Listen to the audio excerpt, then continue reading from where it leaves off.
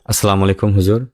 Saat ini para Maulwi Ghair Ahmadi mulai mengatakan bahwa kami meyakini bahwa Nabi Isa alaihissalam telah wafat. Huzur bersabda, mereka mengatakan demikian? जी जब इनसे जाती गुफ्तगू मजालिस में होती है ना कहते हैं ऐलान तो कोई नहीं करता। Iya Huzur, ada yang mengatakan bahwa mereka meyakini hal itu. Anda belum memperkenalkan beliau. Siapa beliau ini? Nama beliau kurang jelas. Beliau adalah putra dari almarhum Chaudhry Sharif Ahmad Bajwa. Chaudhry Zafrullah Khan Sahib adalah kerabat beliau juga, dan saudara dari Chaudhry Aziz Ahmad Sahib. Huzur, mereka mengatakan bahwa karena hadis-hadis berkenaan dengan Imam Mahdi berstatus lemah, katanya untuk itu keliru jika masih meyakini seseorang akan datang. Huzur bersabda, coba Anda tanyakan kepada mereka, apakah Anda beriman kepada Al-Quran atau tidak? Atau jangan-jangan mereka meyakini sebagian ayat Al-Quran juga lemah. Huzur, kata mereka, di dalam Al-Quran tidak disebutkan mengenai Imam Mahdi.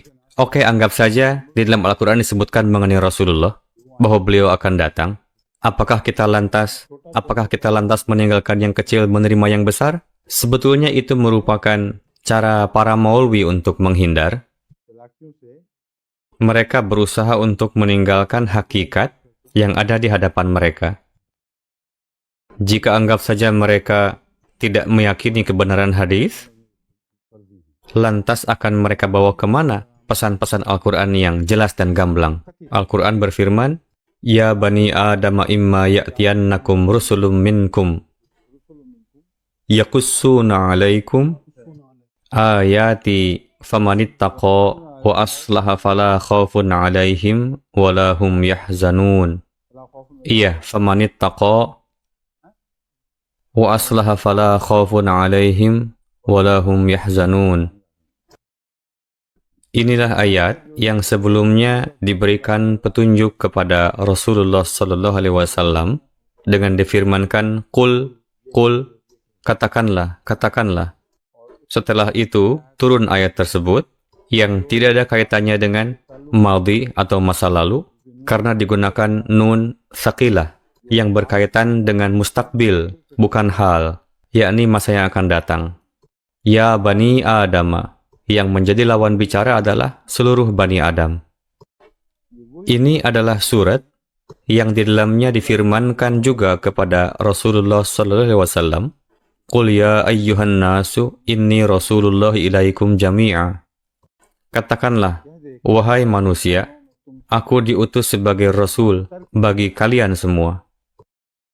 Dalam corak tersebut, ayat ini begitu cocok, yakni karena beliau Rasul untuk seluruh umat manusia, untuk itu pesannya pun untuk semua orang. Ya Bani Adam, wahai anak keturunan Adam, imma ya'tiyannakum, jika Rasul datang kepadamu, dan itu pasti, ini merupakan gaya penyampaian Al-Quran, yakni kata jika disertai dengan suatu penekanan kepastian, yakni kapanpun Rasul datang kepadamu, dan kedatangannya pasti, karena dikatakan ya'tiyannakum. Yakni, apa yang akan kamu lakukan? और क्या करें वो मेरी आयत की तस्दीक करने वाले। Tolong dibaca ayat selengkapnya. Yaqussuna alaikum ayati. Iya, yaqussuna alaikum ayati. Yakni ayat-ayat yang telah aku turunkan akan diperdengarkan oleh Rasul tersebut. Yakni ia membacakan ayat-ayatku. Di sini tidak dikatakan menurunkan ayat-ayat baru, karena syariat Al-Quran telah sempurna, dan syariat yang baru tidak akan turun. Pada beberapa tempat lain, ayat juga maksudnya adalah syariat, seperti dalam surah Al-Jumu'ah, Yatluna alaihim ayati wa yuzakkihim wa yu'allimuhumul kitaba wal hikmah. Maksud ayat di sini adalah ayat-ayat Al-Quran Karim. Sebagaimana dalam surah Jumu'ah, inilah yang dimaksud ayat di dalamnya. Yakni dia akan menilawatkan Al-Quran atau memperdengarkannya, yakni memperdengarkan Al-Quran ketika Rasulullah SAW bersabda, yakni menyampaikan pesan Tuhan kepada Bani Adam. Yang dimaksud ayat di sini tidak mungkin ada yang lain selain Al-Quran. Alhasil, jika datang Rasul kepada kalian, dan itu pasti akan datang, yang akan menjelaskan Al-Quran kepada kalian, maksud yakussuna di sini tidak hanya tilawat, melainkan menjelaskan juga. Masuk ke kedalamannya untuk mengetahui apa makna ayat ini, apa makna ayat ini. Selanjutnya, apakah kalian ingkari? Selanjutnya difirmankan, famanit taqo wa aslaha. Dalam kesempatan itu, barang siapa yang bertakwa dan berbuat islah, fala khaufun alaihim walahum yahzanun. Tidak akan ada ketakutan dan kekhawatiran bagi mereka.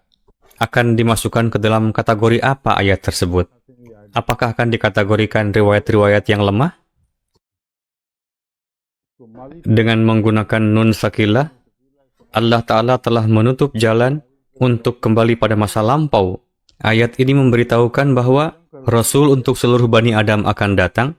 Ayat ini berbicara kepada seluruh anak Adam, dan ketika telah datang saat ini, datang untuk kalian semua. Wujud inilah yang akan menilawatkan ayat-ayat. Para mujaddid tidak termasuk ke dalamnya, karena sebelum kedatangan pendiri Jemaat Ahmadiyah, tidak ada satu mujaddid pun yang menyampaikan pesan ditujukan untuk seluruh umat manusia. Jika ada, silahkan tunjukkan.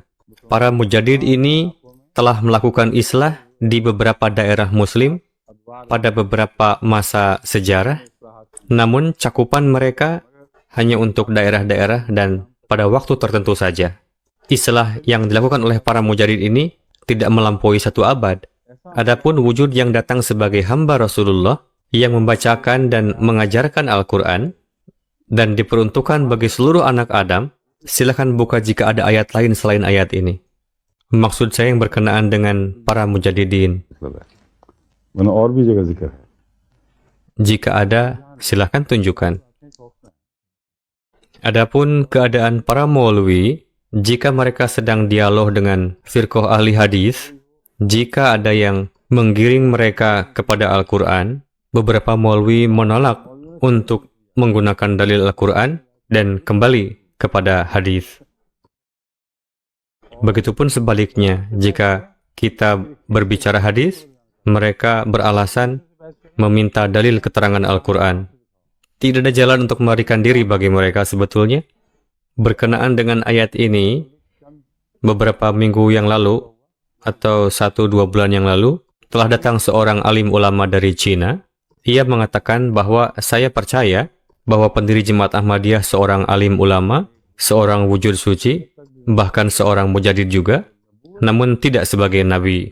Ia mengatakan bahwa hadis tidak bisa dijadikan referensi karena diragukan keotentikannya. Lalu saya katakan kepada beliau, apakah Anda akan mempercayai dalil Al-Quran? Orang itu agak ketakutan, namun akhirnya mengiyakan. Saya katakan kepada beliau, ini ada 4 ayat. Sebelum satu persatu dari ayat tersebut Anda bantah, lalu mematahkan dalil saya tidak akan memperpanjang dialog ini.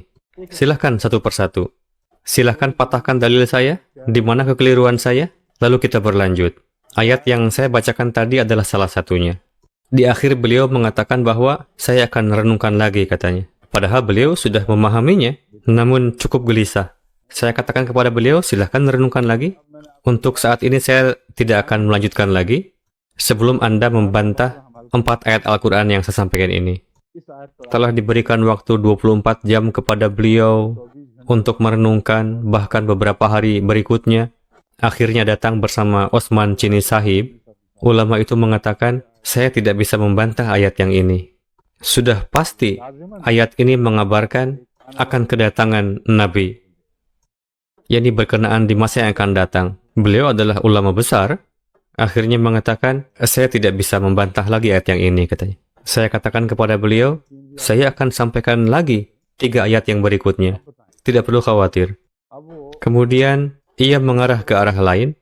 Awalnya ia mengatakan bahwa pendiri Jemaat Ahmadiyah bukanlah Nabi, melainkan muslih dan mujaddid. Sekarang katanya bagaimana bisa diketahui bahwa yang dimaksud adalah Mirza Sahib. Saya katakan di satu sisi Anda meyakini pendiri Jemaat Ahmadiyah sebagai muslih dan mujaddid, lantas bagaimana mungkin di sisi lain Anda meyakini beliau sebagai pendusta besar dengan menolak pendakwaan beliau bertentangan dengan ayat tersebut? Coba Anda tunjukkan jika ada orang yang pernah mendakwakan sebagai Nabi ummati di kalangan umat ini. या जिसको खुदा ने पहले ही मिटाना दिया हो। Hanya ada satu yang membawa pesan yang hidup, yang sendirinya hidup, dalam artian pengingkaran terhadapnya terbukti gagal, dan jemaatnya terus berkembang, bahkan lebih dari 150 negara hingga saat ini. Bahkan di Cina juga ada Jemaat Ahmadiyah. Jika Anda mengakui kebenaran pendiri Jemaat Ahmadiyah, bagaimana Anda mengingkari pendakwaan kenabian beliau? Anda sendiri mengakui bahwa ayat-ayat Al-Quran mendukung pendakwaan beliau. Pada akhirnya, masalahnya adalah beliau tidak ingin meninggalkan kedudukan tinggi beliau. Beliau di negerinya merupakan public figure, khususnya bagi umat Islam di Cina. Banyak sekali pengikut beliau, didukung oleh Arab, begitu juga oleh Iran, bahkan sering diundang juga ke negeri-negeri itu. Anda tidak akan mampu untuk melepaskan kedudukan tinggi yang sudah Anda bangun, lalu mengikuti orang yang dapat merobohkan bangunan yang telah Anda bina itu. Untuk itu, tinggalkan saja orang seperti itu. Jalinan pertemanan cukup dengan mereka, namun penghisaban akan dihadapi setelah kematian nanti. Setelah itu, imam tersebut tidak berupaya untuk kembali lagi pada diskusi semula berkenaan dengan topik tersebut. Ayat tersebut begitu jelas dan qat'i, tidak hanya mengabarkan berkenaan dengan kenabian ummati, bahkan berkenaan dengan orang yang akan datang tersebut. Oke?